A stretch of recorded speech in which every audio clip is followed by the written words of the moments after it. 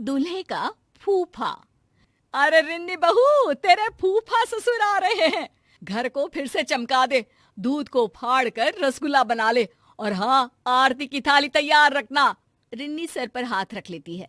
क्या बात है माँ जी, अब तो बुआ जी की शादी को 30 साल हो गए, लेकिन फूफा जी की खातिरदारी तो ऐसे होती है जैसे। अरे बहू, तुझसे ज्यादा तो मैं परेशान हूँ, लेकिन करूँ भी तो क्या। तेरे ससुर जी से उनकी माँ मरते वक्त यही मांग गई थी कि कुछ भी हो, उनके दामाद की खातिरदारी हमेशा रहनी चाहिए। तो बेटा। हाँ हाँ ठीक है माँ जी, मैं अभी जाकर इंतजाम करती हूँ। थोड़ी देर में एक छोटी सी हाइट का पतला सा आदमी घर के अंदर आता है। अरे नहीं नहीं, कुछ नहीं चाहिए हम लोगों को, घर में मेहमान आने वाले, भागो यहाँ से निकलो। अरे क्या बदतमीजी है, घर के किसी बड़े को बुलाओ। तभी वहाँ रिन्नी बहू आ जाती है। अरे फूफा जी आप, आइए आइए, ये नौकरानी है घर की, इसे कुछ पता नहीं। अरे कैसे पता नहीं, घर पर काम पर रखा था तो परिवार वालों की फोटो नहीं दिखाई थी एल्बम में। अरे ला जी, अब हम एल्बम में फोटो क्यों देखे, काम करे कि रिश्तेदारी का पावर पॉइंट बनाए। हाँ बताओ तो जरा। तभी रिन्नी की सास आ जाती है। अरे बहुत बोलती है ये, अरे चुप हो जा यहाँ से। रिन्नी, आरती की थाली लिया, फूफा जी की आरती उतार ले। अब क्या, जितना उतारना था नौकरानी को आगे रखकर उतार ही दिया ना। न जाने किस घड़ी में इस घर की बेटी से ब्याह कर लिया। न माँ को सहूर था, ना ही भाभी को। माफ करिए जी, मैं अभी आई। किसी तरह घर के सभी सदस्य मिलकर फूफा जी को समझाते हैं, माफी मांगते हैं, और मिन्नतों के बाद। तो जीजा जी कैसे आना हुआ, बहन बता रही थी कोई खास काम है।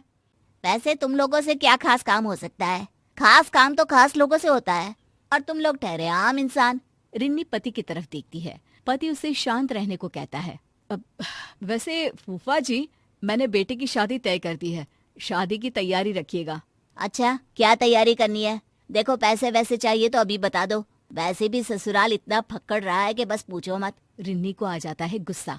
इज्जत जो आपको महाराज की तरह दे, वो ससुराल फक्कड़ कहाँ फूफा जी, और पैसे की जरूरत नहीं है, बस आप और बुआ जी आ जाइए, यही सम्मान होगा। आ जाएंगे, लेकिन कौन है लड़की वाले? और हाँ, मेरे जैसे ससुराल में शादी तो नहीं कर दी। अरे जीवन भर बीवी को तौर तरीके ही सिखाते रह गए। देख लो, लड़की के बाप से बात कर लो, क्या क्या दे रहे हैं।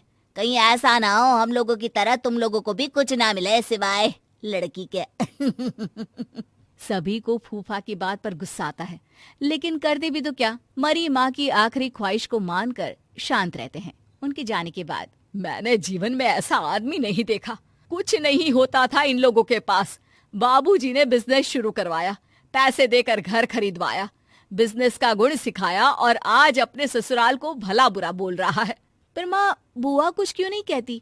उन्हें तो स्टैंड लेना चाहिए ना अपने मायके के लिए। अरे क्या करे वो बेचारी, जब से शादी हुई है उसकी तो किसी ने सुनी ही नहीं।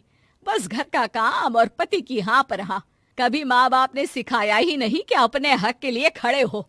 रिन्नी और सास के बीच आई गई हो जाती है कि एक रोज रिन्नी के ससुर जी कहते हैं, अरे क्या क्या तैयारियां चल रही है शादी की।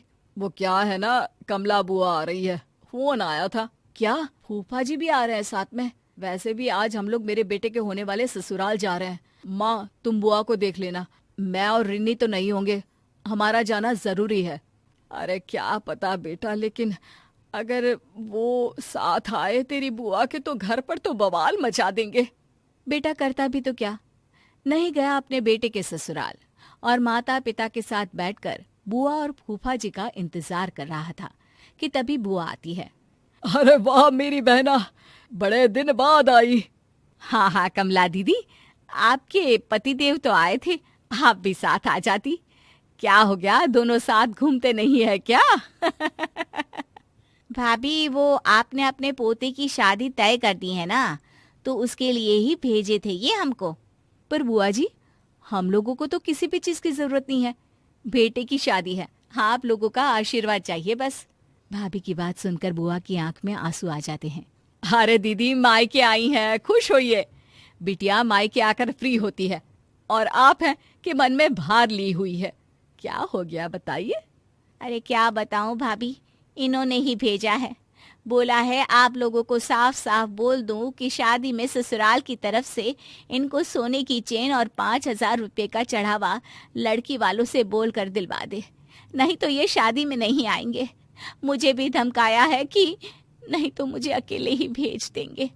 और ये क्या बात होती है बेटा, हम लोगों ने तो किसी भी तरह के लेन देन के लिए मना कर दिया है।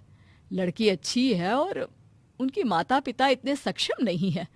मैंने कुछ पैसे जमा किए हैं, वही आप लड़की वालों को बोलकर इन्हें दिलवा दीजिए ना। बाकी सोने की चेन का इंतजाम तो कर लूंगी मैं। अरे वो तो है मेरे पास, वही दे देंगे। रिन्नी बहू, जाकर सुनार के यहाँ से पॉलिश करवा लेना या तुड़वा कर नई ले लेना। बुआ के चेहरे पर मुस्कान आ जाती है। मैं आज भी आप लोगों पर बोझ बनी हूं ना भाभी।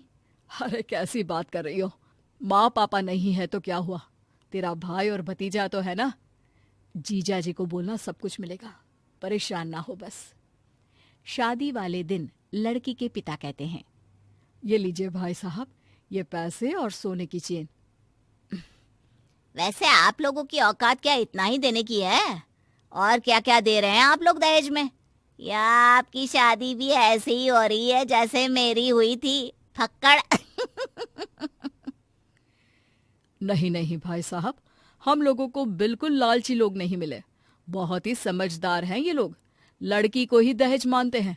लेन देन के नाम पर भी सिर्फ यही लिया है जो आपके हाथ में है। हम तो खुश नसीब है कि हम लोगों को कोई मांगने वाला नहीं, ससुराल के कंधे पर रहने वाला दामाद नहीं, बल्कि अपने बल पर अपनी बीवी को संभाल लेने वाला दामाद मिला है। ये सुनकर फूफा जी का मुंह उतर जाता है और उसके बाद फिर वो कभी कोई डिमांड नहीं करते।